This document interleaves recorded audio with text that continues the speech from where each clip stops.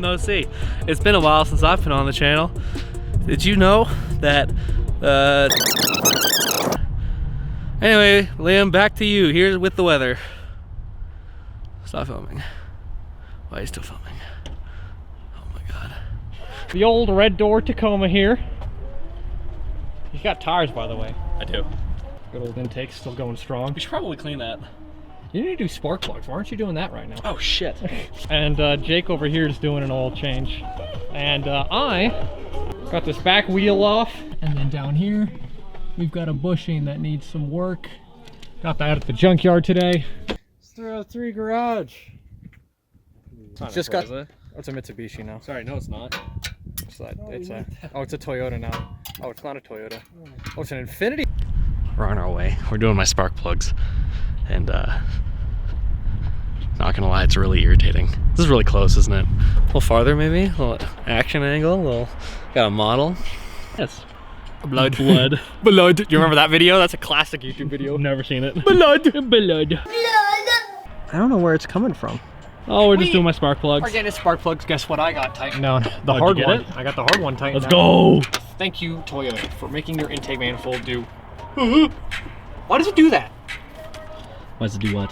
Why does your intake manifold do a whole?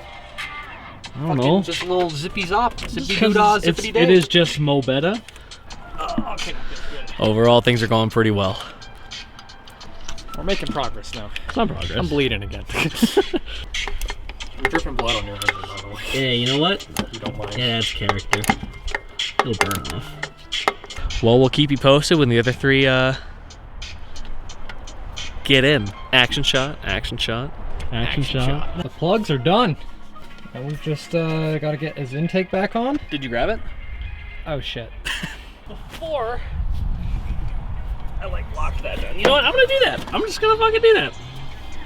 Not a bad idea. Where's the 8 mil? Where'd the 8 mil go? I just had it.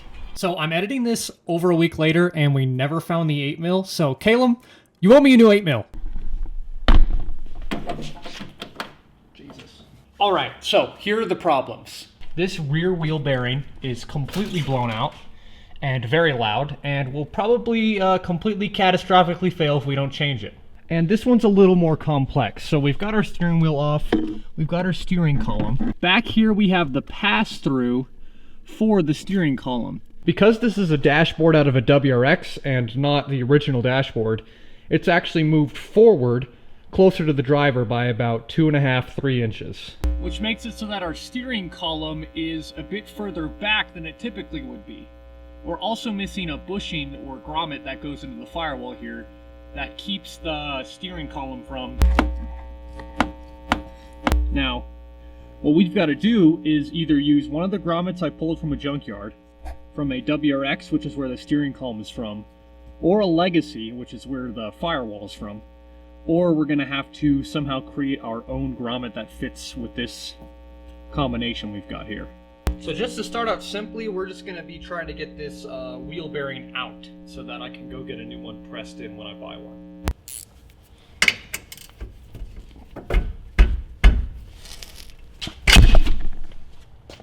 Well, that kind of hurt.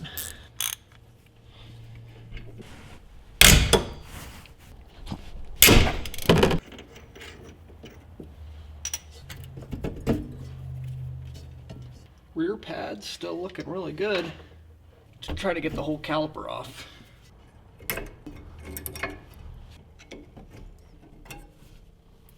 Got 2 14s back here.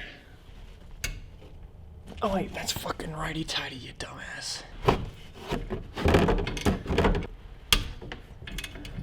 Both of them came out with almost no issue.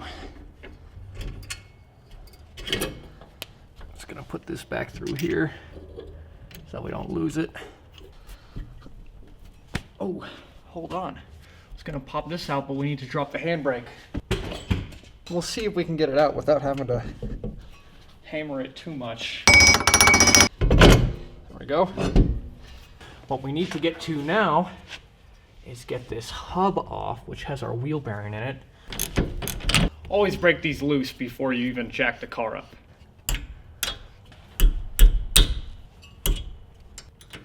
Mind you, I have not watched a single tutorial on how to do these rears.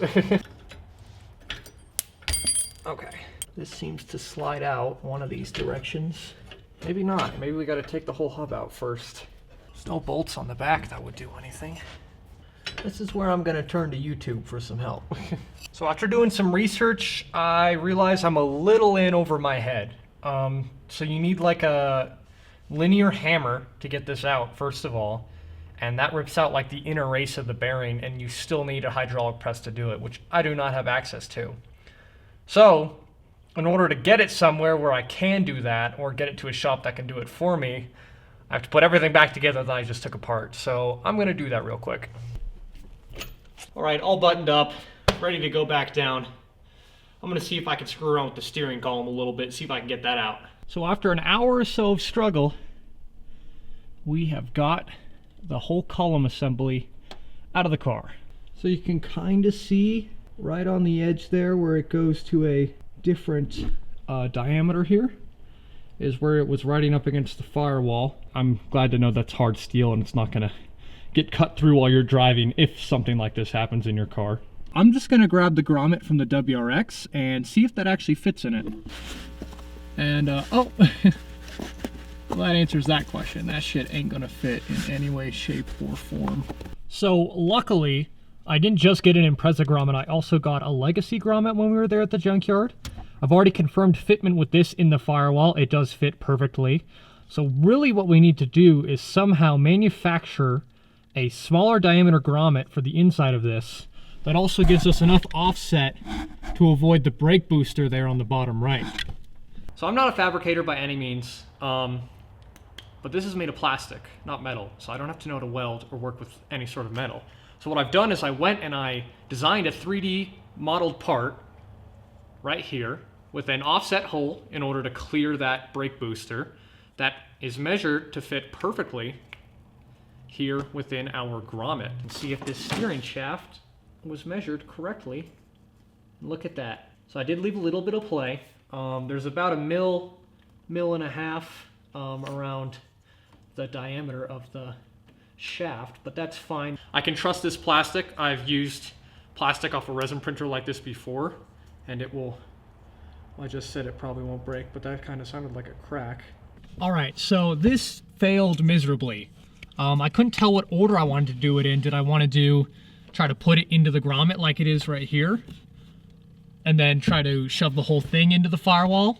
So I tried putting the grommet in first and then squeezing it in, which it wanted to go, but I believe it was just too short where the grommet actually wasn't really reaching the metallic rim of the firewall. I tried sawing through it on the edge there to give it some sort of ability to kind of squeeze and actually get into the firewall, but it didn't want to work. Also, I think that this little rim that would hold the steering shaft here is actually going to impede it, since the shaft, I don't believe, goes straight through the firewall. So, attempt number 4. It's a number 4 because number 3 failed to print. We've made it a lot higher now, so hopefully it'll actually kind of interface with the firewall. So we know it'll fit in the grommet. I'm going to go check fitment on the steering shaft. I don't see any reason why it would be different.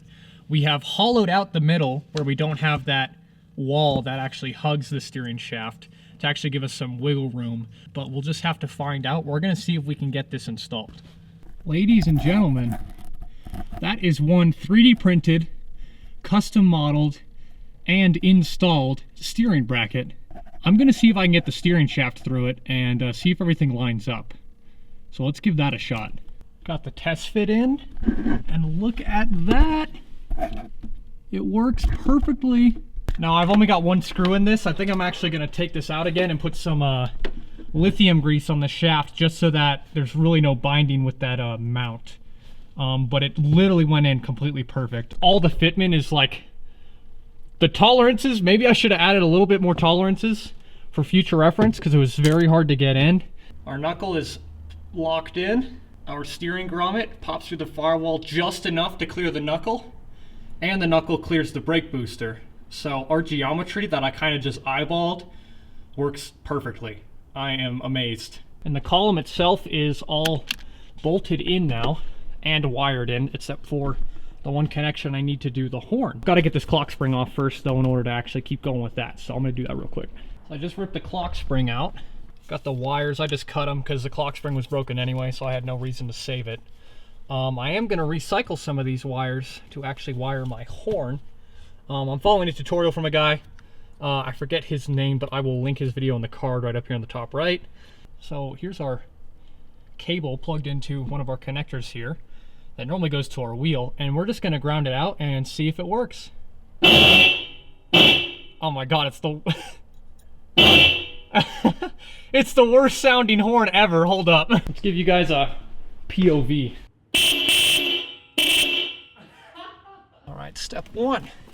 Got our NRG short hub for the WRX. I've got an adapter here on it from CC Racing. That fits perfectly. Here's our horn wire. Just using pieces of the old connector. I've disconnected the battery at this point. Alright, so I had to go to Harbor Freight to get a hex set to install. Big reveal, this little puppy right here. So this is a Nardi deep corn, genuine Nardi. You can look up the number one right there, 113161, and it'll be under my name and location. I'm going to bolt it to the hub so that I can actually zero it out, since I know my wheels are straight right now, since the wheel's locked at that. Just so that we can have it, you know, perfectly aligned right off the bat. Alright, so we've got it attached now. I think it needs to go to the right, like one tooth.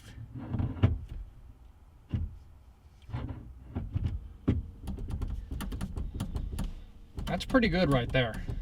Let's see if we can get our horn to work. So I haven't really read too much into some of these videos. I don't know what this connector goes to, but I know this one attaches to the horn. Okay, so that's not currently working.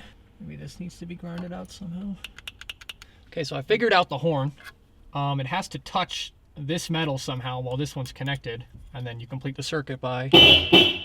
So that works. Problem is there's no given way to attach that to the metal there. Okay, so I got the horn in. It works. It's a little loose. That's the only annoying part right now. But I think that's something we could try to tackle at a later date.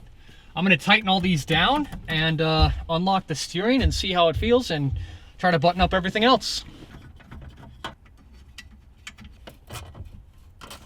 So the wheel is in and it looks amazing. The horn's still a little loose, but it does work.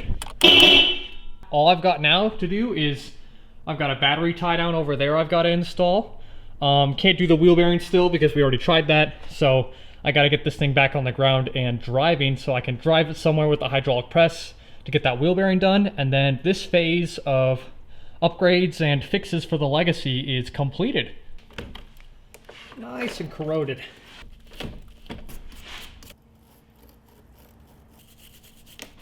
Don't breathe this. Brand new battery tie down. Got that rust straight from the factory. And a box of 10 mil.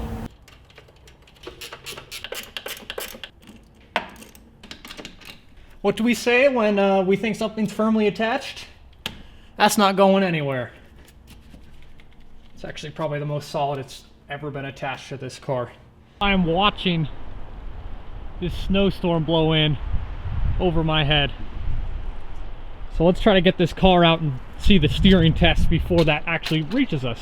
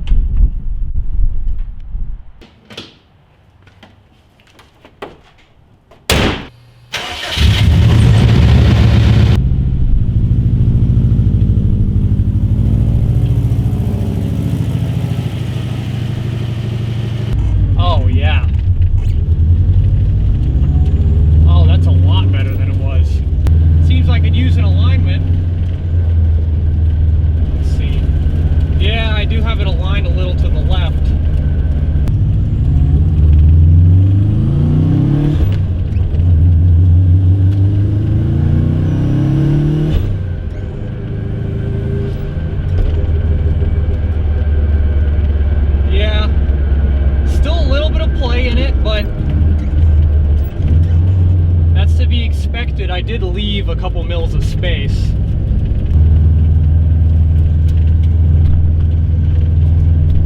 hard to test the steering with the camera barely mounted on this thing.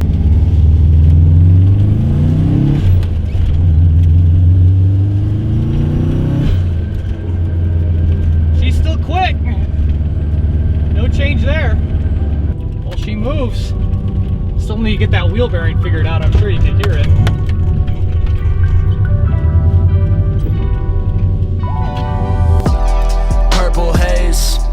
Purple haze, riding through the ranch in the days, rolling up a branch in the A, until he can't feel a thing, buck on the dash and the fuck out of sight, stuck in the past but he can't complain, he living life in the left lane, 2 a.m. on a Touge road, hitting that apex, he out there alone, no sign of him going home, living that life that is